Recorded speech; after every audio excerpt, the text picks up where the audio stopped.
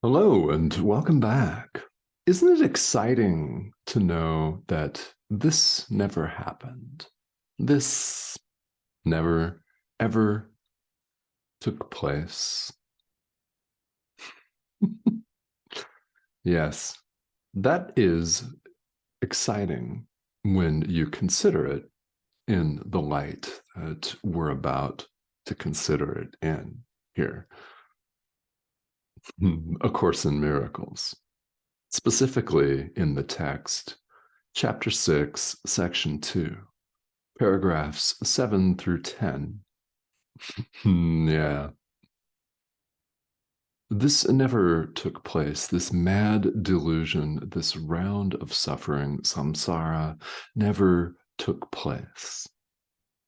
Now, this is so much more than just a statement of denial the way we would use it in the world, to pass something off like it never took place. When something nasty happened and we want to turn our eyes somewhere else, we want to look the other way. When someone has committed a crime or someone has said something or done something unpleasant, we simply say, "Oh, I didn't see anything. Yeah, it must not have happened. I never saw anything." And here on the US-Mexican border, we would say, no vi nada, no pasó nada. No pasó absolutamente nada. And just write it off like nothing ever happened. Pretty common, isn't it? But that's not what we're talking about. We're talking about truth here, which of course can be experienced, and we can only point to it in words. So that's what we're doing. We're pointing to it in words. The separation never took place. This never happened. And this never happened in truth. Never happened. That means the ego never happened. The separation never took place. Therefore, the ego never took place, never existed, and does not exist now. There is no separation of any kind. I say that a lot.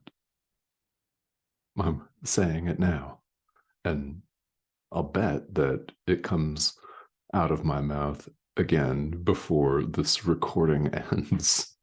There is no separation of any kind. See, there you go. So let's back up a little bit, because it's one thing to say it and to get some sort of a feeling, some sort of a hit that this, in fact, is true. But it's another thing to spend some time considering it so that we can really put this into practice. And so the idea that there never has been any separation really begins to hit home. So we're in the alternative to projection. This is section 2 of chapter 6 of the text here in the course. And well, we're deep into some of these ideas. And we're going to spend some time over the next few minutes on one of the central ideas of A Course in Miracles, which speaks directly to the fact that the separation never occurred. And that is, ideas leave not their source. So, backing up just a little bit, the Holy Spirit is and remains the bridge between perception and knowledge. Knowledge is knowledge of God. It's oneness with God, which is simply known. Perception is the world as we appear to see it here. Perception is dualistic. It involves a subject and an object. Even the clarified or purified perception that the Holy Spirit leads us to with this course is still dualistic. It is not knowledge, yet it is the prerequisite for knowledge. It's very easily translated into knowledge. That's why it's said here throughout A Course in Miracles that God takes the final step himself. This thought system leads us to clarified perception, to perceiving things as they are rather than as we would have them be. This is known throughout the course also as the real world. We perceive things as they are, and then perception is instantly translated into knowledge. God takes the final step himself, and that vision of the real world's super short-lived, because boom, we're then awake in God, where we've always been. This is the key to understanding the essence of the atonement, which is that the separation never occurred. Ideas leave not their source. Thoughts don't leave the mind of the thinker. That means thoughts that you think right now don't leave the mind of the thinker. If you're thinking that this guy is completely full of it, that thought remains in the mind of the thinker, doesn't it? Or if you're thinking, yeah, this really, really makes sense, and I'm going to listen to my inner teacher today, for example, that thought doesn't leave the mind of the thinker either. Thoughts don't leave the mind of the thinker. Ideas leave not their source. So with projection, as we see, we attempt to get ideas outside of us by pushing them off onto someone else and blaming a political party or blaming somebody in our lives. Yeah, could be somebody at work or someone that we see on the news. Whatever it is, we attempt to get our own feelings of guilt, our own fear off onto someone else and make it their problem, make it their fault. And as we've seen, we end up hating not only them, but we hate ourselves for the nasty feeling of blaming and lashing out. And we hate the fear as well. So we continue to spin in this cycle of suffering and frustration, yet we could choose the Holy Spirit, choose our inner teacher, the alternative to projection, a different thought system as represented here with this course. We could choose that. So we're invited to choose that. We were created by God. God extended his thought, which remained in his mind. It remained in his mind. Ideas don't leave the mind of the thinker. Ideas leave not their source. We were created by God's thought, which is why we're referred to as the thought of God, among other things. The extension of God from God's mind, never leaving the source. You are the thought of God. You've never left your source. This is true of me. It's true of your ex. It's true of your worst political enemy. It's true of historical dictators. It's true of everyone. And it's true throughout space and time, because there is no space and there is no time. Those are separation ideas. And guess what? The separation never took place. Ideas leave not their source. You may freely capitalize the S of source. Ideas, the thought of God, does not leave the mind of God, doesn't leave God. Who are you?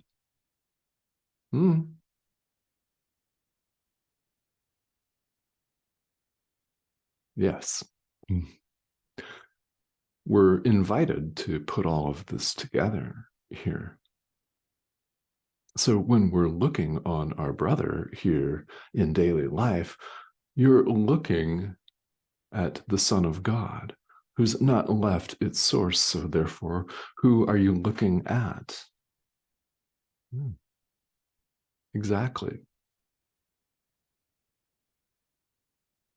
We're invited in the practice of true forgiveness to see beyond the veil, so to speak, to see beyond the smoke screen or a wall or a fog bank, a big, deep, dark cloud, which is represented by this thing that appears to be separate from your reflection in the mirror, right? But they're not. Just look beyond that. And when we truly forgive, we're looking beyond that to the light that is beyond that. Your brother is one with you, and we're one with God. So who are we looking at when we forgive? And who are you?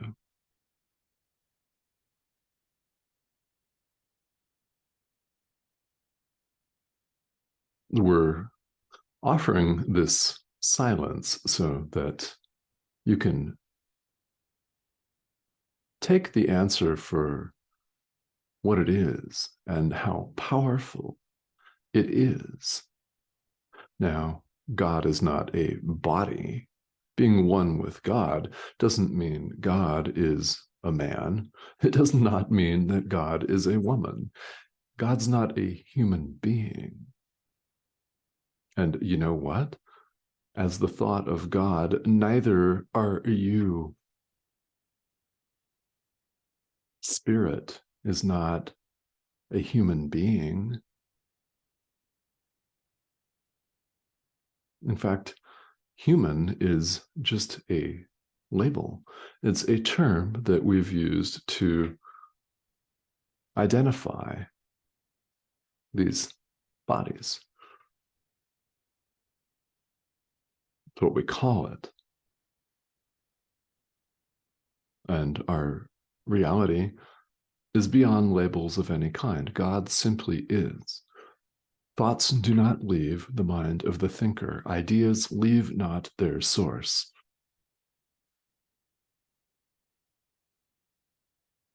Who we are is completely whole and one, and the Holy Spirit helps us to perceive this wholeness. Through our practice of true forgiveness, we gradually, as need be, begin to perceive our wholeness, our oneness.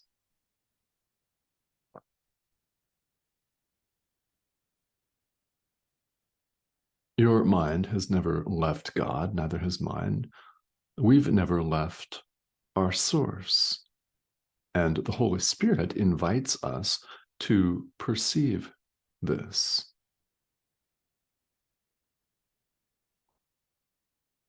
We perceive things as they are so that we may be returned to God, to our home, if you want to call it that, so that our awareness of truth is restored. It's never gone anywhere. We've just put up the barricades, the blocks, the walls to it, and we're removing them. We're going beyond them. And you notice we're not bulldozing the wall. We're not taking a sledgehammer and violently hacking away at it. We're simply looking past it. We're accepting atonement for ourselves. We're accepting the correction of the Holy Spirit.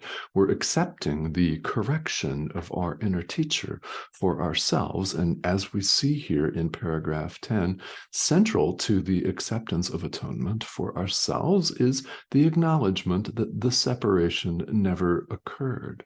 This means the ego never occurred. This never happened. Ideas leave not their source. So if you've seen some of the other videos in this series on this channel, you'll know that I say this a lot. And here it really comes home in this passage of the text, in these few paragraphs. Ideas leave not their source, and you are the thought of God. The separation never occurred, nor did the ego. It does not exist. So what does this apparently solid thing represent? Well, a dream. This is a dream. Now, there are many spiritual practices in the world and many Buddhist traditions, for example, if you're familiar with Eastern philosophy, that posit the exact same thing, that insist that this is a dream, and it is a dream. So A Course in Miracles is not unique in that respect. not by a long shot, right? This is not our reality. And what is really interesting is while we appear to be having this experience where things appear to be solid, where if we run up against a wall, it might hurt, where we crash our cars, where we bleed if we slice ourselves, where we contract all sorts of diseases. I mean, we've recently had a pandemic, right? Where all kinds of things appear to happen. What's really going on is this is not us. It's a dream. We're asleep. Spirituality is a process of awakening. That's true of all spiritual traditions. It's true of the world's major religions, and it's true of all other spiritual traditions too. It's a process of awakening. We're allowing truth to be as it is. We're learning to see it as it is so that we may have knowledge restored to us by God, so that we may know God. So that we go home, wake up, become enlightened, if you prefer that word, whatever you want to call it.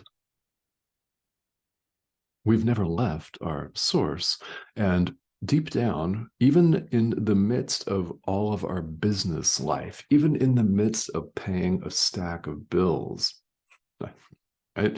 Even in the midst of opening up our email inbox and thinking, holy crap, that's a lot of email. Delete, delete, delete, delete, delete. Do I have to do this again?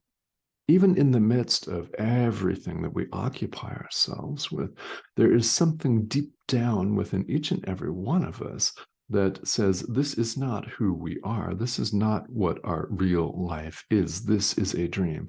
This is a dream.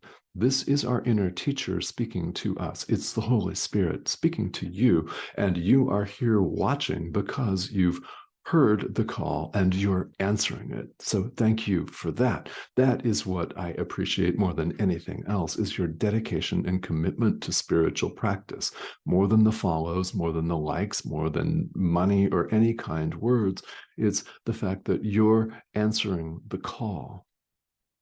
That's why you're here. That's why you watch a video like this in the first place. It's why any single one of us is even remotely interested in spirituality, because we've heard the call and we're answering.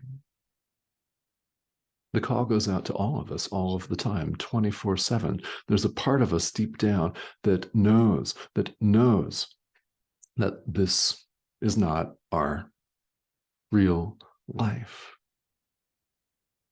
So what do you do while you're here? Well, devote your time to awakening.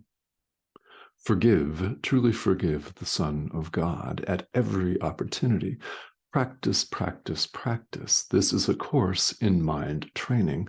So the more we hear the idea that this is a dream, because it is, it's a dream, the more we hear that ideas leave not their source, and you are the thought of God, never left God. The more we hear these ideas, the better, because this is a course in mind training. All of this activity, you'll notice, takes place at the level of mind. It doesn't concern the physical body. It doesn't concern gratifying our material pleasures with more sex, more money, a nicer bottle of wine. Nothing against any of those, right? But this course is a course in mind training. It's not a course in manifesting a new lover or a new car or more money. That's not what it's about. It's about removing the barriers to truth. What else is there? Because deep down we know that we've never left our source, and our inner teacher is constantly speaking to us. It's up to us to listen and then to act on our inner teacher's advice.